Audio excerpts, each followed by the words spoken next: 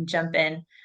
So we are delighted that you all are joining us today to review case studies for Reg BI's care obligations, specifically focused on assessing reasonably available alternatives. I've got a couple housekeeping items to go over with you all. We are recording the call with you today, and we'll be sharing that recording afterwards. And we also welcome you to engage with us and ask questions in the chat. I will be monitoring those questions closely, and we've allotted some time after the discussion to go over them. Also, as many of you, I'm sure, are similarly working from home, there may be some background noise, and we appreciate your patience with that. If you are new to InvestorCOM, I wanted to take a quick moment to introduce ourselves. We are a leading regulatory software provider for wealth managers across North America. Our award-winning solutions are intuitive, and they help eliminate compliance risk and help foster growth for our clients. Next, we're going to introduce our amazing panelists, and I'm actually going to have each panelist introduce themselves, starting with you, Dawn. Okay, thank you for having me. My name is Dawn Thomason. I'm the Chief Compliance Officer at USA Financial. USA Financial is a dual registrant retail broker-dealer RIA, and the family of companies also has a TAMP platform and USA Financial Formulas, which is a strategic money management platform. So I've been with USA for 16 years. Thank you, Dawn. We're so thrilled to have you. And I'll pass the baton to Ed. Well, thanks, Dawn, and hi, everyone. I'm Ed Wegener. I am the head of the governance, risk, and compliance practice at Oyster Consulting. Oyster provides a host of strategic, operational, and compliance solutions to firms in the financial services industry, including broker-dealers, investment advisors, and funds. And prior to joining Oyster, I was with FINRA for just over 22 years. And most recently, I was the Midwest Regional Director responsible for the surveillance and examination programs for the Midwest. I was with FINRA through 2020 or up to 2020. And so I was around at the time leading up to the implementation of Reg BI, but before Reg BI was implemented. So have a little bit of experience on the regulatory side related to the things we're going to talk about today, as well as the industry side. Thank you, Ed. We're lucky to have you. Randy. Thanks, Grace. Hey, everybody. Randy Barnes, Director of our Product Development and Sales Engineering here at InvestorCOM. Been with the company about 2 years, and prior to that, spent 24 years in the wealth management fintech space, mostly on the service provider and workflow automation for broker-dealers and RIAs. Wow, 25 years, if I'm adding that correctly, Randy. It's wonderful working with you over the past 2 years. My name is Parm Nasseri, and I head up regulatory strategy here at InvestorCOM. Thank you all for joining us. Thank you all. And my name is Grace Bryan. I'm the Marketing Director at InvestorCOM. I am not one of your panelists today, but you can consider me the MC for the day. We have a great and lively discussion prepared. We're going to first start out with a pre-webinar survey. Thank you so much for those of you who filled this out. And then we will do a scan of the regulatory landscape, provide an overview there, and then we will jump into what we all came here today for, which is unique case studies. We've got 4 of them, and we'll go over each of these situations with you, and we have some time at the end for Q&A. Okay, so jumping into the pre-webinar poll. We do this to direct our conversation during the webinar and to see where you all are at. And we captured some interesting results this time. So our first question, we began by asking how you all are already assessing costs and reasonably available alternatives. Only 11% of respondents, the green here, have fully automated this process with technology.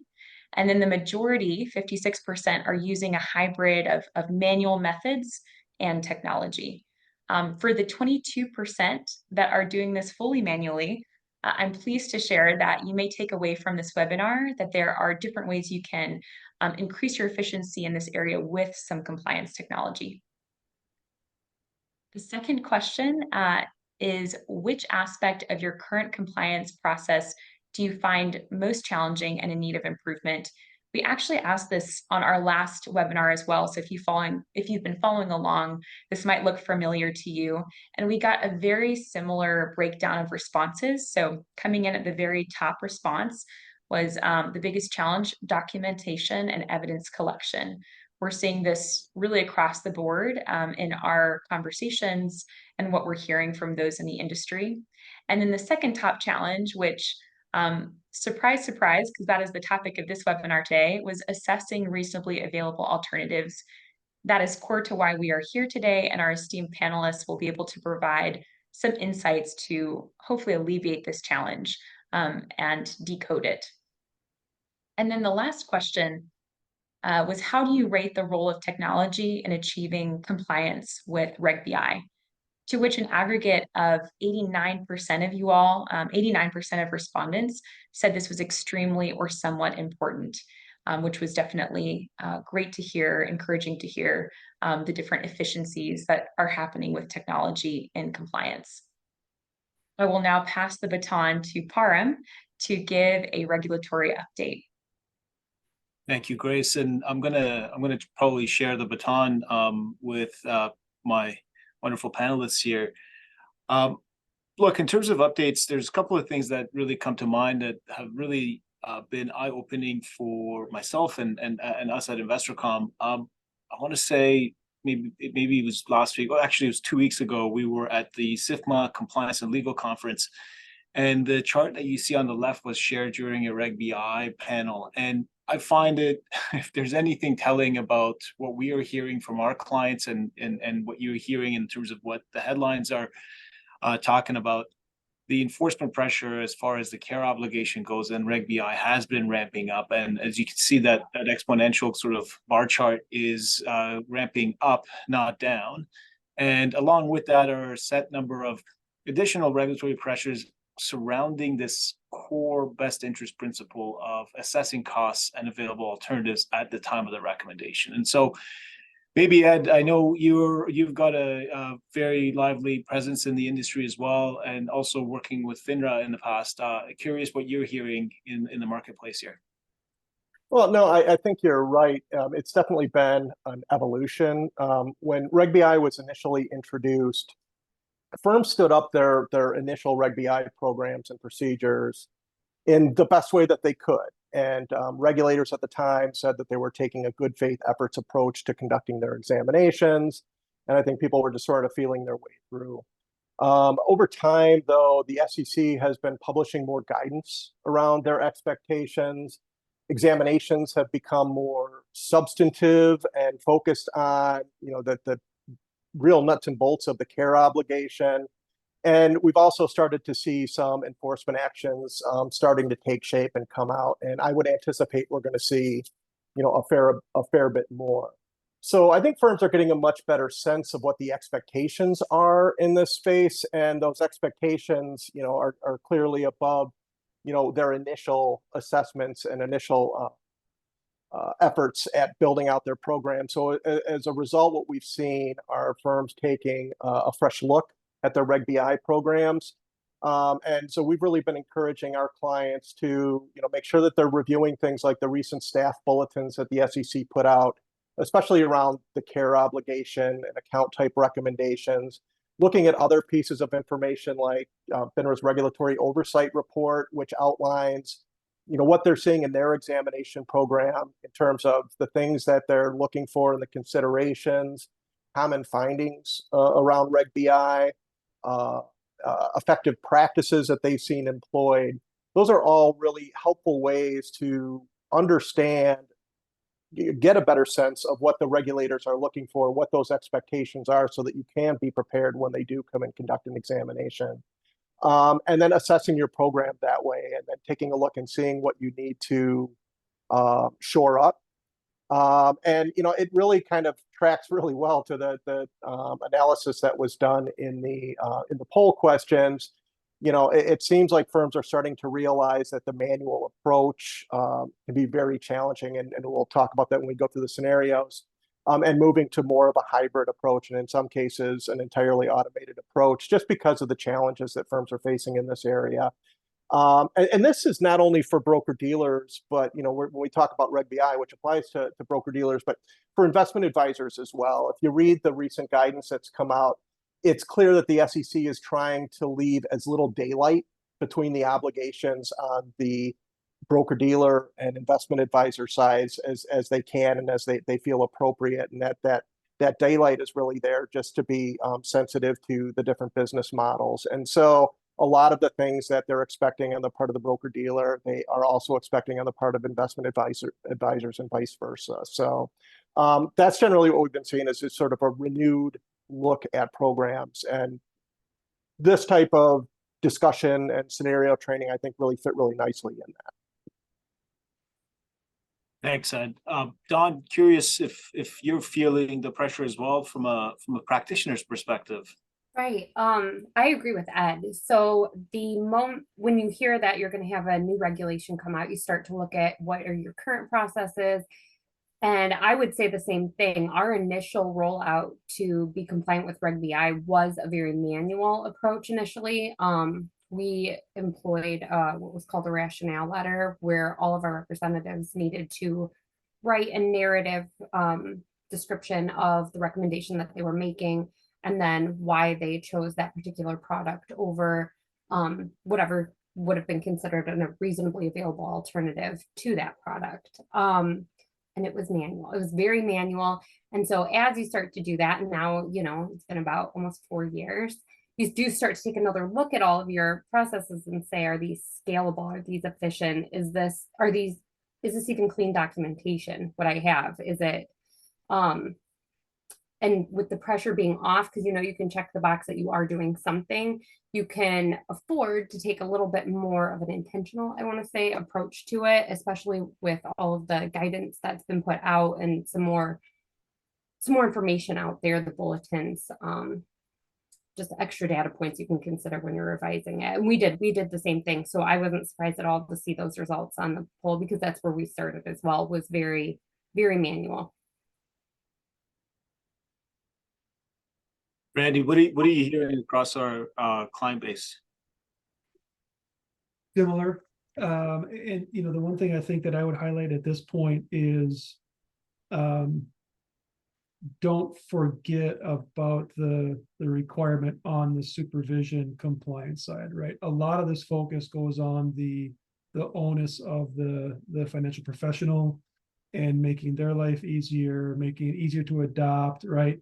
And that has its own positive flywheel effect. Well, if you don't consider everybody, it can have a negative flywheel effect as well. If you've got a manual process that's super labor intensive, that makes it hard to find what the SEC is looking for, then that becomes a burden on the supervisory layer, which then ultimately is going to come back around and burden the advisor and the financial professionals as well. So I would say, as folks are looking at this, make sure that they're looking at it holistically, because we're seeing definite benefits on both ends of the spectrum. As you look, to Dawn's point, as you look for those efficiencies, they've got to be on both sides of the scale.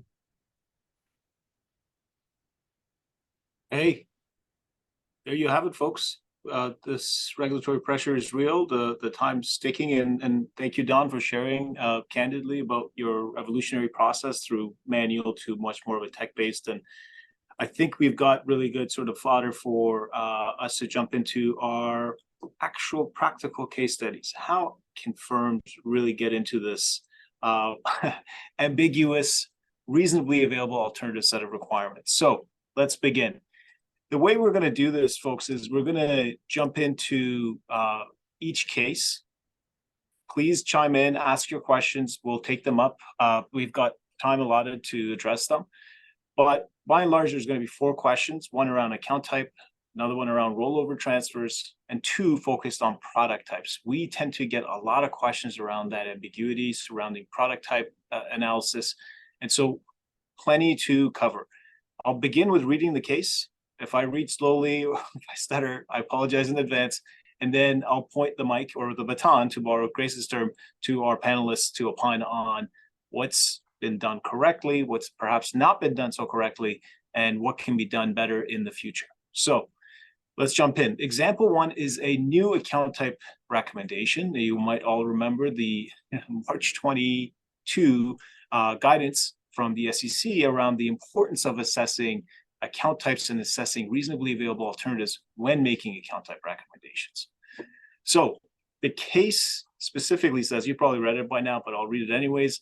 Michelle is a duly licensed financial professional working at Wawa Wealth. By the way, these are not real firms or people. Kathy, Michelle's new client, has little investment experience. She is interested in a diversified portfolio and would like ongoing investment advice. Kathy has been a buy and hold investor and expects to continue with the same strategy going forward. Kathy is sensitive to investment costs and has inquired about her various options. Michelle opens an advisory account for Kathy and makes a note in her CRM.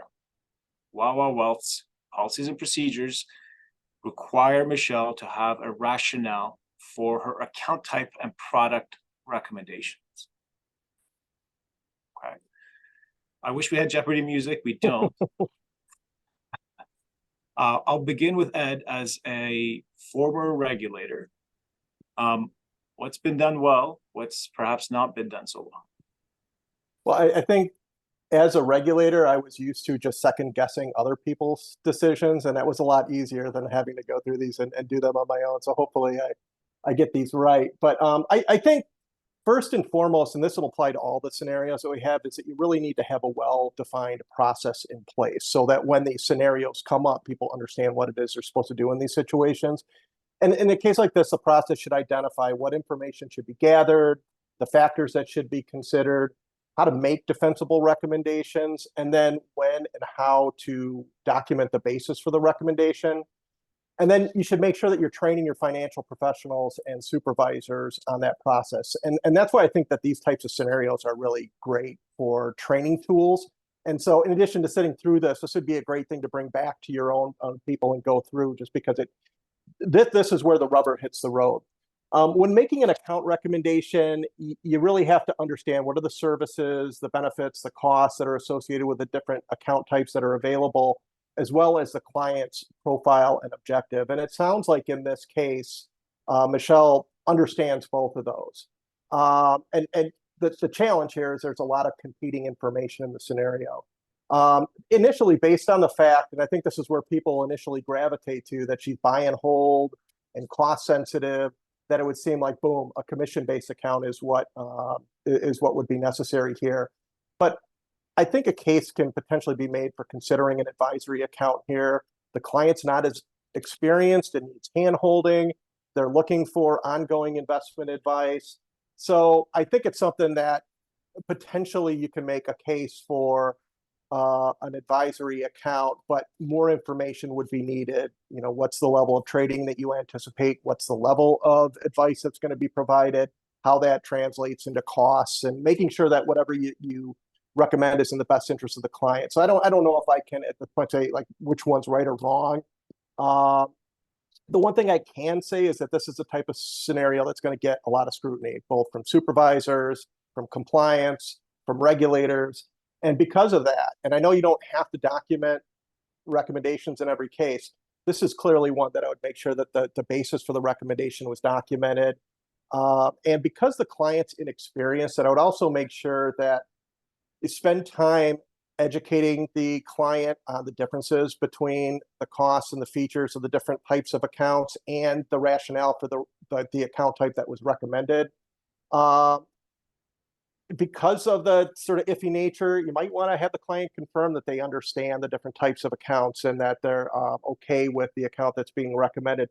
But also I would say that this is one that you want to monitor, because over time you want to make sure that this continues to be the type of account that's appropriate for the client. So those are some of the things that I would be thinking through in this scenario.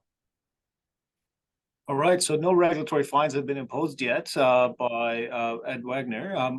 Dawn, as a Chief Compliance Officer, what say you?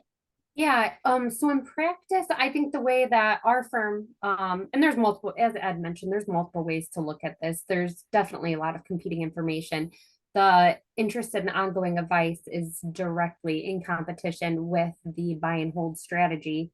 One kind of necessitates just a commission brokerage account where the client isn't constantly levied a fee against their holdings if they're not planning to frequently trade them.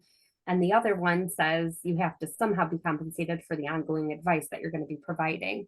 I can say at USA, what we would most likely do with this one would probably be to open a commission account, since we don't think there will be a level of trading identified in bullet 3 there, to support necessarily a regular, like a advisory fee to be charged. And then maybe have a ongoing meeting scheduled with the client that you would charge like an investment advisory flat fee for ongoing. So just in practice at our firm, I think that's probably the way we would approach something like this. But I know I can speak a little bit too, because we've had FINRA and an SEC actually examination with a Reg BI focus, and got some feedback. Law enforcement did get, a little bit of feedback. It was early on. And part of the feedback was that we took away was that the placement in an advisory account did need some kind of defined prescriptive ongoing evaluation to make sure that that remained the appropriate placement. So I think, Ed, when you hit on the level of trading, that really stuck out to me as something that we've heard echoed by the regulators as well. The other thing I would say about this one that kind of isn't necessarily I don't think the point of this, but it's made mention that Kathy makes notes in her CRM software. Any other listeners might also be independent. We're an independent broker-dealer. And so any of our CRM relationships are generally contracts that are held directly between the representative and the CRM firm or platform, whatever they're intending to use. When they leave our firm, they usually take that contract with them. And when that happens, we would lose access to any of those nodes. So if any of these accounts were to ever get a complaint or pulled in a regulatory exam 2 years later, we would not have access to whatever notes she put in that CRM. I think that's really important. An important takeaway is not to necessarily rely on the records being kept at the individual representative's office, but the need to actually have some kind of mechanism in place to continue to track those things and then maintain the records with your account opening documentation or in your firm repository where you're actually keeping all of your stuff. Yeah. Just one thing on that CRM comment too, and I think that applies to the other scenarios as well, is if you have something where you're allowing free-form text for your documentation, it lends itself to inconsistency because you're not sure exactly. Some people might write exactly what you want. Some people might write too much, some people too little. And then you don't find out those things until an examiner is going through them. That's one of the challenges that we've seen. So we've seen some firms kind of do some type of hybrid of predefined things that you have to answer along with some free-form text to provide more color to that. It's much more helpful making sure that you're getting the type of documentation that you want to see. Or at a minimum, making sure that there's good training around what to document. Yeah, I would agree. And I think it is a little bit difficult, both from the supervisor and then from the representative to continue to organically come up with unique explanations over and over as to why you're recommending something. I mean, each situation is unique, each client's unique, but to continue to have to come up with the verbiage to restate that every single time. And then you are going to have so much variation if you have multiple representatives as a supervisor. They're going to say the same thing in different ways. I think if you're able to provide them with a list of various reasons, something like this, it's on the screen actually with a scale, you're not saying everybody, it's not a simple yes or no, is this important? It's how important are these data points to each advisor? Do they need ongoing advice? Are they inexperienced? Stuff like that, and you can quantify it is helpful. All right. Wise counsel. Thank you, Dawn. Thank you, Ed. Randy, maybe I can point the baton your way. What got us started with account type recommendations to begin with. Maybe you can kind of share a little bit of background there. Yeah, absolutely.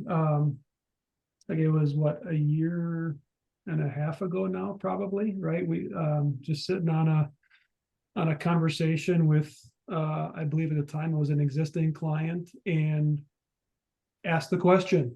You know, it was a conversation similar to this. We're talking about the care obligations and how new things are, and there was the recent staff bulletin came out, and it was, hey, what are you doing for this? Right? You've already got a solution for rollovers. You've already got a solution for the reasonably available alternatives. What are you doing for account type compare? And so, you know, that instantly lit the fire. And so, you know, getting the feedback, realizing there was a market need, going out and pursuing a product that that satisfies the compliance side of that. And, you know, for us, I think what was super important, and as I'm hearing Ed and Dawn talk, like this is one of the big things that comes to mind, like more so with the account type comparison than anything else, is everybody does it, nobody does it the same, right? Like even to the very starting point of how do you classify the account? Like, what is your delineation of, is it just brokerage versus advisory, or is it multiple flavors of advisory? And like having all of that be different from firm to firm means your process needs to be adaptive to, or your solution needs to adapt to your process, right? So whatever you're doing, make sure that it's relevant to you and that it can meet you how you work, not the other way around, right? You got to make sure that this is efficient for you. That's a big takeaway here. The other piece that I'll double click on, I think Ed and Dawn again both mentioned this as well, maybe without realizing it, but we're talking about this as a new account type example, right? I think Dawn mentioned we'd put them in a commission based and then we'd monitor it. And Ed said, if you put them in an advisory, you better monitor it to make sure it's still relevant. That still relevant conversation is probably another trigger for when an account type assessment or rationale might need to be discussed or documented. So it's not just for new accounts, right? There are other triggers here that could come into play that we've all touched on. And I just kind of want the audience to recognize that as well. Fantastic. And I see the questions coming in, folks. Thank you. We love it. We love the engagement. We'll tackle them all together in the last 15-minute window. Recognizing that we are one case in and we've now mastered account type recommendations. Let's jump into, in the interest of time, into example 2. Okay.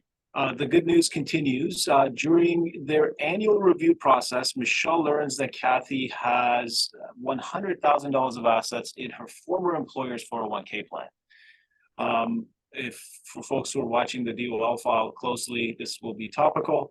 After reviewing the 401k plan and corresponding costs, Michelle tells Kathy about the benefits of rolling her 401k assets to Wawa Wealth. Including access to additional security types, financial planning services, as well as consolidating her assets all in one place. Kathy agrees to move her assets over. Michelle scribbles some notes in her CRM again and proceeds to execute the rollover. Her Wawa's Wealth's, I should have selected a different name. That's not as much of a mouthful.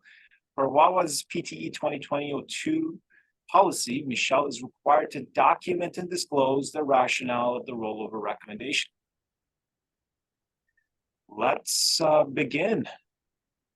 Mr. Wegener. This is another really good scenario with a lot of great facts associated with it. One thing to remember is that in this case, it's not just a Reg BI alternative assessment. The DOL PTE comes into play here too. And so, first of all, it's important to make sure that Michelle's provided the appropriate disclosures of fiduciary acknowledgement and related disclosures for the PTE, the CRS, and the related Reg BI disclosure. It does look like Michelle discussed a lot of the benefits of rolling the assets, but what it doesn't say is that she discussed things that might be potential drawbacks. And so it'd be important to make sure that she's discussed things like the costs the impact to the protection from creditors, things like the impact of the R&D, all the things that the DOL has identified as considerations. And the SEC has also done that in their staff bulletins.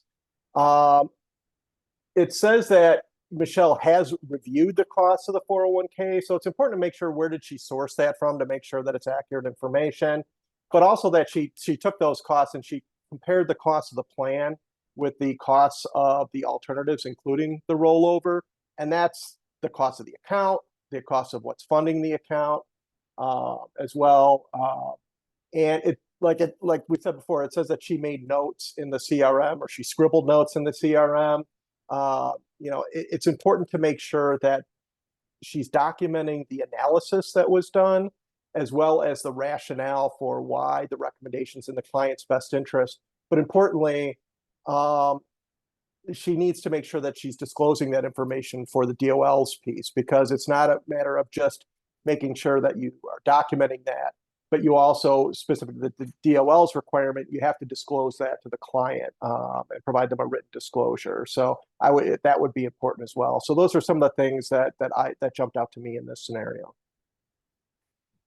All right, some regulatory boo-boos that took place in this example. Dawn, what do you say from a CCO's chair's perspective? Yeah, I agree with all of Ed's points, and actually, I think some of the challenges that we would see with the firm are mentioned in getting the cost of the 401k plan. So when this first came out, I think there was a little bit of panic in terms of how do we even know what the costs are within a 401k plan. A lot of clients that come in don't always have that information available. It's not always on every statement. Just to be super candidly and transparently, I guess we are a user of InvestorCOM. What this was able to do for us was to provide access to the IRS Form 5500 and a couple of other databases to where we can now look up the plans. If a client comes in and they don't know what their costs are, that's okay. We can look it up. If we don't have access to their exact plan, you can at least find one that's comparable, like a model plan that would be comparable in size, and then generally what the cost would be. That is huge. I don't even know where my own 401k plan costs are. I think I was sharing that when with some people before the webinar, but that is difficult. And then that holds up the whole appointment process if you're thinking about how you're going to roll this out to the field to require that. Another thing that I saw on here was just with the DOL, how do you go about doing this? When with a lot of the other firms that we work with, I see just, general compliance sharing. What do you guys do? How do you work on this? Multiple other firms that we work with have showed a worksheet. It's two-sided, it's lengthy. It's probably no less than 30 questions by the time you consider points A through E under question 2, talking about the conflicts of interest. And that's all things that need to be disclosed to a client for the DOL. So where Reg BI doesn't necessarily have that client disclosure piece, the DOL thing does. You do have to actually deliver that to your client and then make them aware of what are the conflicts of interest, what are their alternatives. If they don't want to roll over their plan, can they leave it where it is? And what are the benefits and the drawbacks to leaving a plan versus rolling it over or taking the whole thing out? So you have to make them aware, and to do so in a narrative piece where you provide a written summary. Those are inconsistent. They're time consuming again for the principal account reviewers to review. And then you're ultimately not necessarily delivering the most professional deliverable to your end client. Again, super transparently with this, we were able to kind of customize a report that does cover everything. So now we know they're getting delivered. Those disclosures that are required by DOL are getting delivered to the end client in the terms that the broker dealer and the RIA would be most comfortable with, being able to say, sometimes when you get something that's narrative, you don't necessarily want to go back to the representative and make them redo it and make them provide a new piece to their end client. So you're like, is this one okay? Is it good enough? Is it close enough? We can customize it and make sure it exactly hits on every single point that is important and that we would need a client to know. Amazing. Dawn, to your point on the getting the information, where to get the information, in doing some of the retrospective reviews, we've seen some firms that where if they're unable to get the information, they just note that they've made a reasonable attempt to get it and then go ahead with the recommendation anyways. And that's just not allowed by the PTE. So you have to either be able to get the actual plan information or get publicly available information in order to make a benchmark reasonable estimate of what those costs would be. So it's important to understand that you can't just say or rely on the fact that you weren't able to get that information. You need to get something or make that estimate. I've seen that too.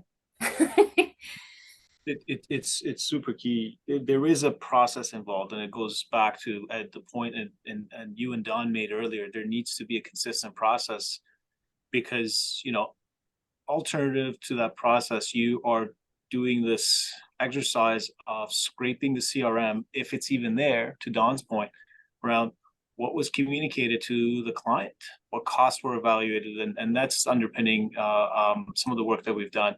Randy, any thoughts on this, on rollover specifically? Yeah, at the risk of repeating Dawn and Ed again, the cost piece is the biggest thing that we're hearing about as we work with customers, prospects, other folks. As recently as yesterday, conversations with a couple of folks really curious about or talking about the level of scrutiny and granularity that's expected of them when thinking about this cost side of the equation. How much effort is enough effort to put into getting the precise client costs versus when can you rely on a lookup versus when can you rely on a benchmark. And I think, what's going to be important here is what we've said before, which is establish your policies and make sure you can enforce those policies and be confident in them. I would also say, I know the example is planned IRA. This ain't limited to plans, right? This is a huge pain point for the IRA to IRA space as well, which in and of itself is going to get a little bit of scrutiny, based on your lead-in conversation earlier, Param. Like understanding the fees or the costs associated with the IRA coming from another broker-dealer or another RIA is probably going to prove to be just as painful. And there's not as many system utilities or industry utilities to provide that information in an automated way. So getting that is probably going to be another concern that folks are going to have to be tackling. Love it. Thank you. And I totally agree, Randy. There's probably a lot more scenarios to perhaps we can have a round 2 case analysis at some point, but we've got 2 more case studies to go through, and they're both fantastic. So let's jump into the next one. This is 3 of 4, and specifically speaks to, it jumped on me, it specifically talks to making a variable annuity recommendation and assessing reasonably available alternatives when it comes to VAs. Again, something that we commonly hear from our clients and our I'd say the industry on. So in this case, the good news continues. Kathy had an exceptional year at work and received a sizable annual bonus. Kudos to Kathy. She heard about the downside protection of annuities and inquires about investing in an annuity vehicle. Michelle reviews suitability information and discusses a range of alternative asset classes with Kathy. And given the discussion, Kathy and Michelle zero in on variable annuities, and Kathy agrees. I got to stop enunciating some of these points. Michelle scans comparable VAs that are available to her, reviews various costs and benefit options, and makes a recommendation to Kathy. Michelle makes a note in her CRM about the alternative asset classes considered and how the VA recommended is in the investor's best interest. Okay, these gradually get trickier and trickier. Mr. Wegener. Well, this is another good scenario, and like the one above, it's important to note that there's multiple rules that are impacted here. In addition to Reg BI, which is why we're all here, FINRA's Rule 2330 regarding suitability of deferred variable annuities applies as well. So it's important to make sure that you meet the requirements of both. And the 2330 rule has some prescription to it. It's one of the suitability rules that survived at the implementation of Reg BI. So that's still out there. One thing that jumped out at me, and it kind of highlights something that had been talked about in the SEC's guidance, is that Kathy, the client, came in already thinking about a variable annuity. So she's already kind of pointed in one direction. But just because the client is interested in the variable annuity, it doesn't relieve Michelle from her responsibility to make sure that the annuity is in Kathy's best interest. So it does look like, though, to Michelle's point, it sounds like she's getting better as she's doing these things, that she did assess different alternative classes of assets, different products that are out there apart from variable annuities. In assessing it, 2330 talks about you need to make sure that you consider and discuss the different features, costs, and risks associated with variable annuities. Make sure that the client, or Kathy in this case, benefit from some of the features like tax-deferred growth, annuitization, the different benefits, living benefits, death benefits, and then make sure that not only are annuities appropriate, but the particular annuity and the sub-accounts that you put them in there, along with things like riders, are all suitable for the client. So there's a lot of factors to consider here. And so, but it seems like in this case, she's considering all of these things. Importantly, well, like we've talked about how Reg BI doesn't require documentation, the basis of all recommendation. It seems like in all of these scenarios, I'm saying you should document, because these are the types of things that you should document. Variable annuities have been identified as complex products by the SEC. And the SEC has also said that firms should document the basis for the rationale when recommending complex products. So I think this would be one in this case. All the things that Kathy talked about, or I'm sorry, that Michelle talked about with Kathy, the comparisons that were done, making sure that all of that is documented in there. I didn't see if,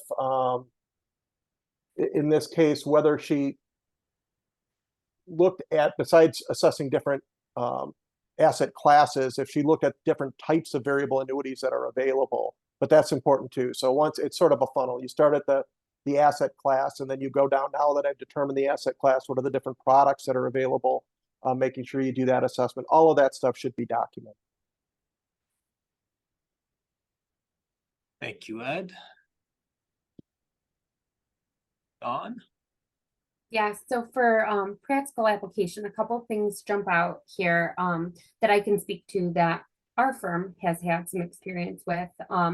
During our early Reg BI exam, it was, I guess, advised and kind of present to pass along to anybody else that if your policies aren't prescriptive in terms of how many alternatives that you would want to consider, that's important. It's not going to be okay to just say we want to have we as review alternatives. It needs to be how many. We review, for our firm, 2. We review the recommendation and 2 alternatives to satisfy this requirement of Reg BI. So I would recommend checking that your procedures do that.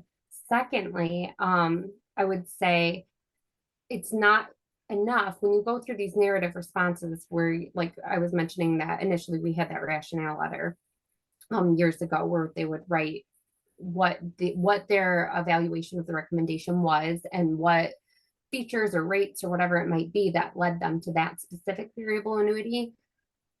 Then you have to use your 2 available alternatives and describe those same features of those other 2 alternatives. And then for supervision, you have your principal account review team. They can't just make sure everything's true that is the representative has said on the recommendation. You also have to go back and verify all of those other terms that were discussed for the 2 reasonable available alternatives as well. So for every 1 new account that a principal might be reviewing, you're actually reviewing 3 products, unless you're really good at remembering details of a ton of different variable annuities. We do actually have somebody like that on our team, but I don't think you get many of those. So you're looking at 3 different products every time, and that takes a lot of time and a lot of attention to detail, and it really does slow down your new business review team, your principal reviewers. That's a huge burden. So if you can use something like a software program, obviously InvestorCOM has that, where you can enter in the kind of product that you are recommending and then have it populate from like a feed, what are the other alternatives, and then where do they stack up? I think we found even that it's a tool for making better recommendations. Sometimes people start thinking they know what they want for their client and they're, oh, this is the right one. You enter it in and you see a couple of other products pop up that actually rank a little bit better than the one you would have went in to recommend. I mean, I think that's the entire intent behind. If you could just sum up Reg BI to begin with, right? Like, it's to parse out the best interest for your client. So it's kind of there doing the exact thing it's designed to do, which is cool. But yeah, if there's a way to make that automated, because I think that is the struggle. How do you find what's a reasonable available alternative? How do you rely on the representatives that they identified to products that are similar to the one that you have, and not just to random other products? So that definitely is a challenge. Dawn, I think you're probably one of the first folks in the industry who said Reg BI, reasonably available alternatives, is kind of cool. So Oh, the ice has been broken. Randy, any final comments on this? The one thing I'll say, based on everything that Dawn and I were talking about and how complex and how time consuming and how everything else this can be, guys, make this as efficient as possible, right? Don't try to reinvent the wheel. Don't try to reinvent your proposal process again to do reasonably available. Like, find a way to make this efficient. You're save yourself a lot of headache, drive a lot easier adoption. Because again, this is another one of those scenarios where it probably should be done at multiple inflection points of the advisor to client relationship. So this has got to be efficient and easy to do. Thank you. All right, I want to keep our promise and take up some questions as well. So maybe I will try to speed read here. This is example 4, our final example, reasonably available alternatives, but the catch here is proprietary products being recommended. I'm sure not very many people get as excited about this topic as I do, but during a quarterly check-in, Michelle highlights the advantages of diversification by adding a fixed income layer to Kathy's portfolio. Michelle considers a range of income generating securities, including non-traded REITs, but suggests a more liquid option given Michelle's desire to withdraw cash in the next 2 years. Michelle remembers her firm's proprietary fixed income ETF and its strong performance over the past 3 years. Michelle verifies client suitability and proceeds to discuss the cost advantages of investing in ETFs with Kathy. Kathy agrees, and Michelle proceeds to execute the trade. Michelle makes notes in her CRM, highlighting her discussion with Kathy and the benefits of fixed income diversification. All right. Mr. Wegener?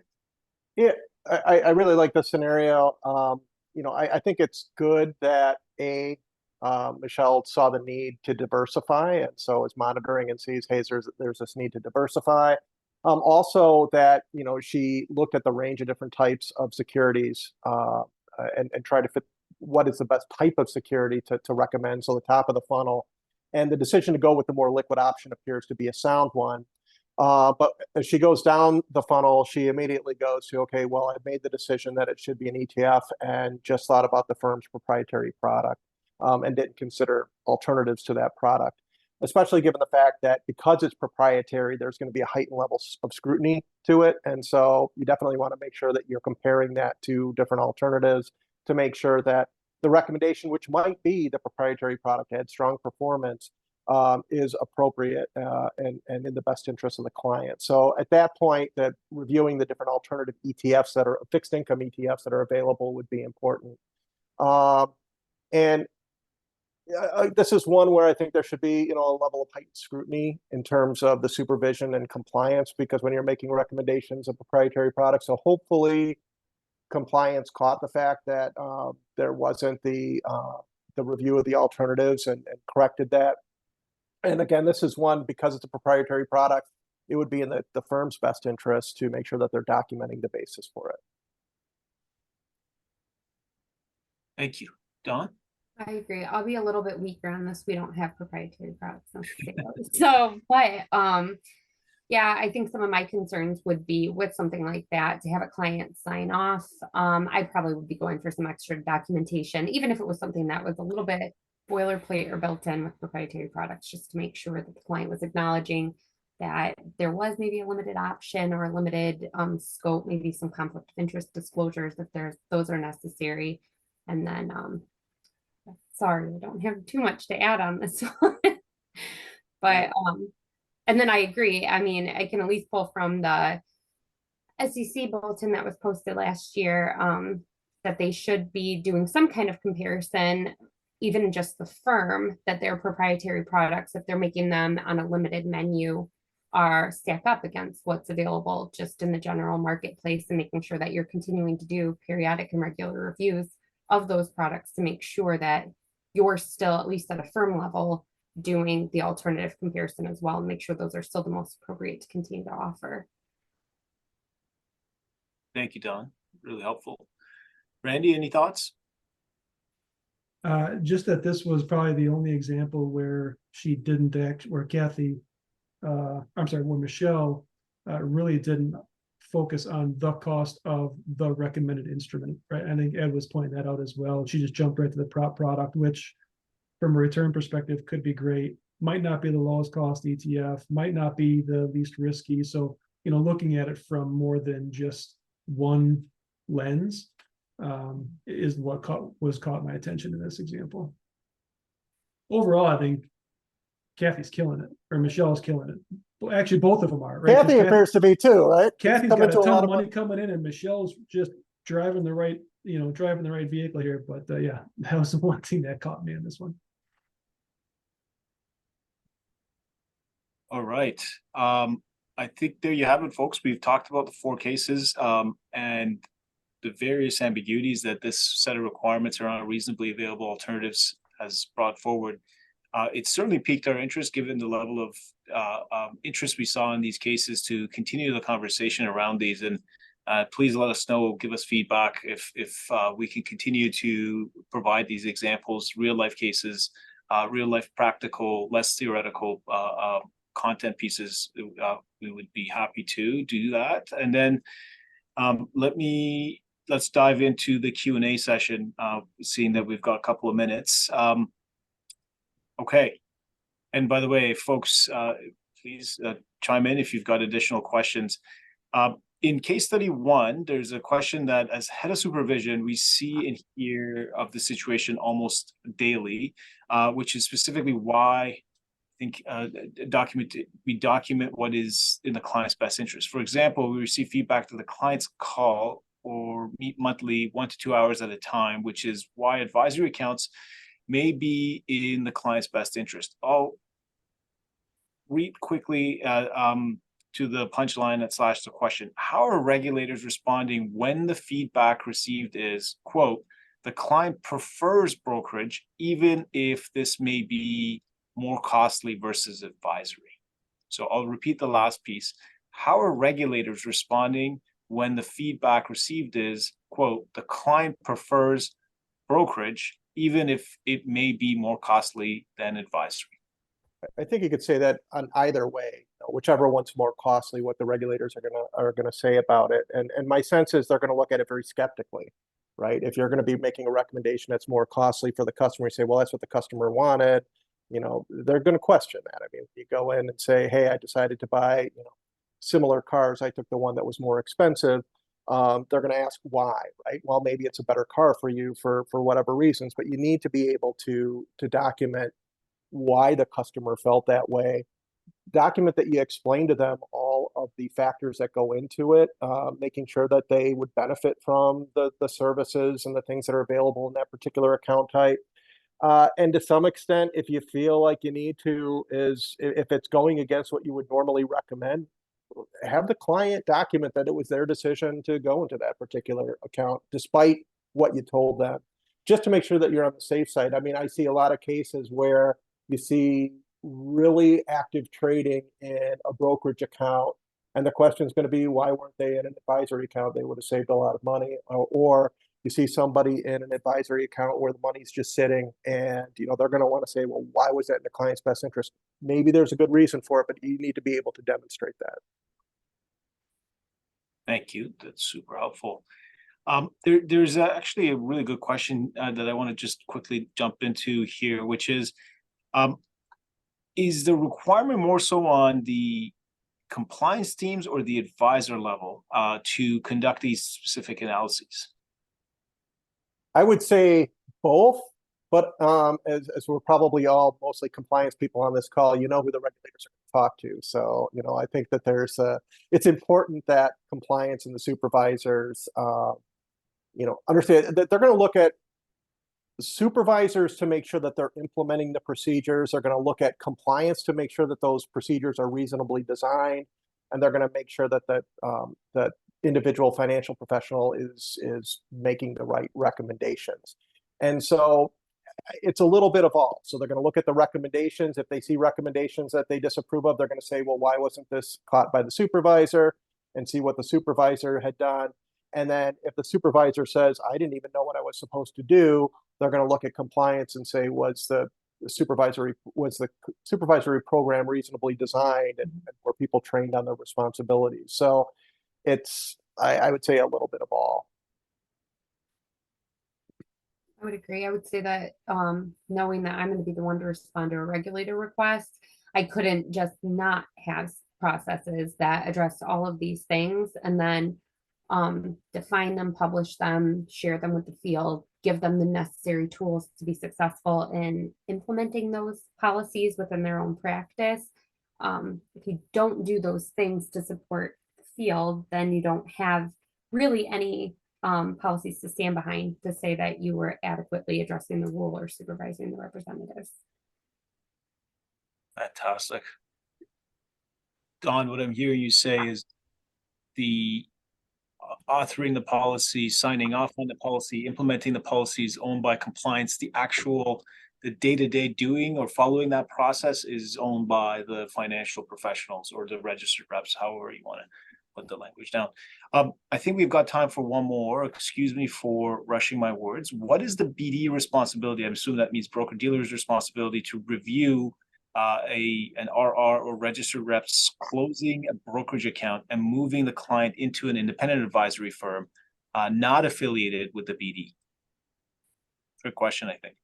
It is. I think it's a good question, and it kind of gets into the broker-dealer's responsibility over the independent advisory firm, which kind of gets into FINRA's proposed rule amendments to the outside business activity rule requirement, which has been stalled. So I would say that the expectation currently is that the broker-dealer would be responsible for, at least at a minimum, the movement out of the brokerage account, that recommendation piece of it.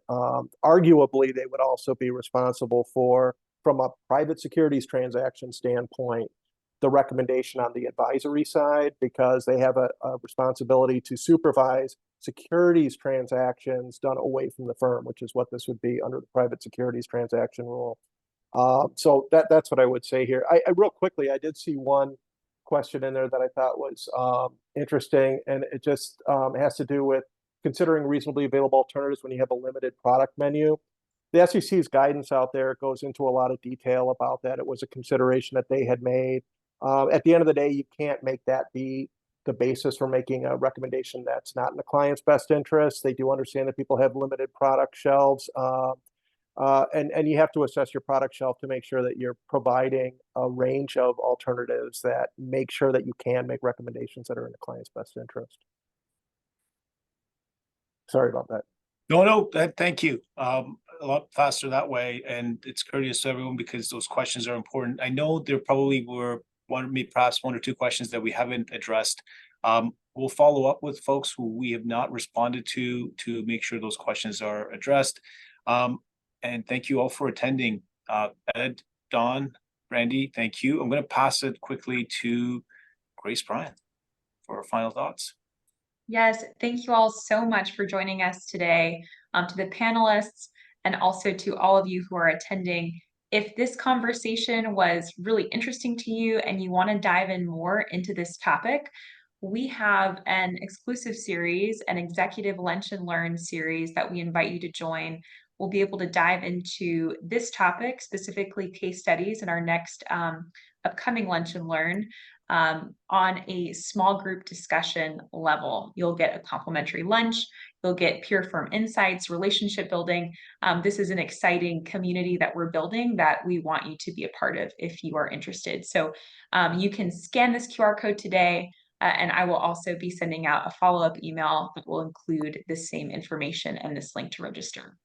So thank you everyone so much for joining. We so appreciate it, and we will see you again soon.